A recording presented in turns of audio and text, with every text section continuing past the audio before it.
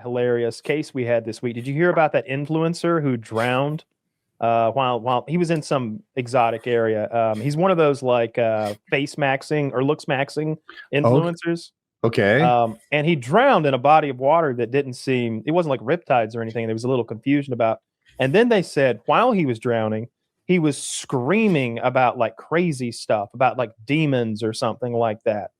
And then they found out that he had recently bought into the idea that gold was a magical, life-giving substance that the elite have since the dawn of time coveted for its life-giving and properties. And so he had been injecting liquid gold into his body. He'd been like putting what I heard, like obviously not molten gold, but like little bits in like a solution, and then he was injecting gold. Yeah, like gold dust in a solution. He'd been injecting it into his body. He was just emptying out the unrelated to the drowning. It is.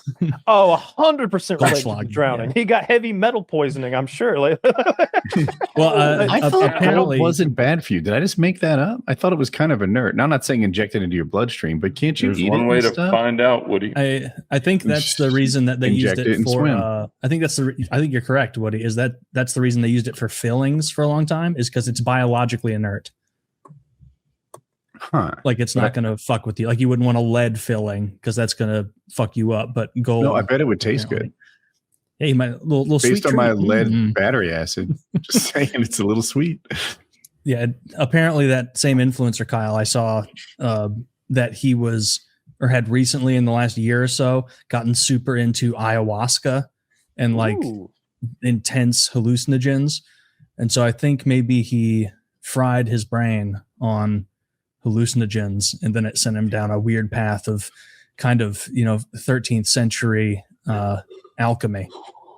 I don't know what the cause and effect is there though, because like presumably he was a little bit goofy before the ayahuasca, like just to get into that in general. I think you're a little bit out there.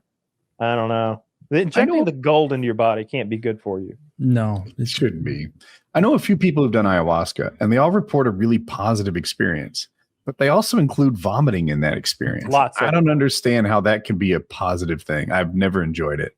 Yeah, boo. I don't think that would be a good. And it's violent vomiting. Like it at the beginning of the trip, it seems like they vomit up everything they've ever eaten. Like just violent, uncontrollable. And I hate it too. Yeah, I anything that makes me nauseous, I don't like that drug. I have a friend. He said he did the ayahuasca, and this guy's not timid about this kind of thing. So I'm sure he was diving in head first, and it wasn't impacting him. Nothing was happening. Tolerance? I don't know. So then I forget the name of your ayahuasca guide. He was in like Brazil or something doing this, and he cracked an egg on his head. And that like unlocked the ayahuasca for him. What? And I can't help but hear this story and be like, are we sure it wasn't just time? Are we sure it didn't just take a few minutes or hours or whatever to hit? And he's like, no, the egg unlocks the ayahuasca. I'm like, okay. 14 minutes and 32 seconds in, the egg did it. Yeah. This is the same guy who was going to sell his dirt bike because he had come to a realization that it was bothering the squirrels. And we're all like, slow your roll. We want to keep riding with you. The squirrels can be anywhere in the woods. They're choosing to be by the bikes. I wish there was just like one single like hallucinogen guy who could make a cogent, salient point about like how it expanded his mind, because so much of it is they're like, bro, it was crazy. Like I was different when I left it. And it's like, that's interesting. Like what insights did you have? And they're like, I don't even know how to say it. And it's like, all right. And it's like, all right, well, if you can't articulate it, then you don't understand it. And so like, you just had like a fun high and you were potentially temporarily made to be retarded, and things like banal sayings like, you're just part of the universe, man. You're the universe experiencing itself. And it's like, thanks for that. So I have like a little like adjacent experience to that from the ketamine thing I did. And so I want to try some ketamine. And what I found was that like how much is the ketamine world? I think it might be 1,200 ish now, and it's half that if you're returning. So, so you could mail me a little. I'm a little concerned about some of the mechanics involved in that. No. Let's set it up right now. So you disregard that promotion. Yeah, let's do this in public. Right. Nobody checks the mail. Let's be tactical. Woody, can you send Kyle that bomb we've been talking about? Pretend you're trying to sneak in a little high explosive into Georgia. How would you do it? And so I got a P.O. box, okay? Untraceable. All right. You just send it there. And I'll show up one morning around 11 a.m. and in my basketball shorts so they know I'm out and about and pick that up. Save $600. Foolproof. Go wrong. Idea. And you're already familiar with the prison's layout. Oh, D block again. Thanks, guys. Thanks. I know my way around. Oh, is the knife still up there? Oh, yep. There's my chopper. Oh, good stuff. So Zach gave us a link. It's $12.90, so I was pretty close for 6 sessions. How many sessions did you do? I did 6. Well, actually, I did 6, and then a couple years later, because it was a positive experience, I did it again. It's time for me to talk to my Merrick representative again this week, I think. I'm going to see. I'm waiting on my blood work to get back, see what's going on with that. I'll see if they do anything like this. That'd be interesting. Who knows what they're able to prescribe. So if you do go that route, I'll tell you that I did it one time. So what they do at Mind Bloom is they send you one dose and then they're like, what'd you think of that? And I was like, well, it definitely hit me. But I almost felt like if I had to fake it and act like I wasn't high, I could almost pull that off. You're 19 and your parents see you drunk and you're trying to, and I was like, I don't want to ask myself how high am I?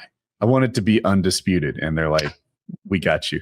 And they doubled it, almost doubled it. And they had 90% more. So, and I appreciated that they were not, I don't know, fucking around, cheaping out or anything. It didn't change the price. They were just like, yep, I hear you. Let's, given that your reaction to that, this is where we're going next time. I bet it's a really cheap drug. It's like animal tranquilizer. They have it at the vet's office. I always thought of it as a cat tranquilizer. I got mocked a lot for talking about it on this show. It's like, why are you mocking someone dealing with depression? But okay. But I would do it again. The idea of having a pro who knows doses and they send a blood pressure cuff before you do it to make sure that you're okay. They give you a blindfold, the audio, the whole thing where they set me up for success. The thing with these drugs is your mindset and your setting are very important. And they kind of coach you there. I'm not an experienced drug taker really. And I needed that coaching. So I got a lot of value out of it. I very much appreciated Kyle's eyebrow movement when you said you were not an experienced drug taker. Yeah, he's not. Yeah, he's not. Yeah, no, but the alternative being yes. There you go. I'm not that experienced. I've just done marijuana and cocaine and mushrooms and LSD. I would like to try ketamine, and I really want to do DMT.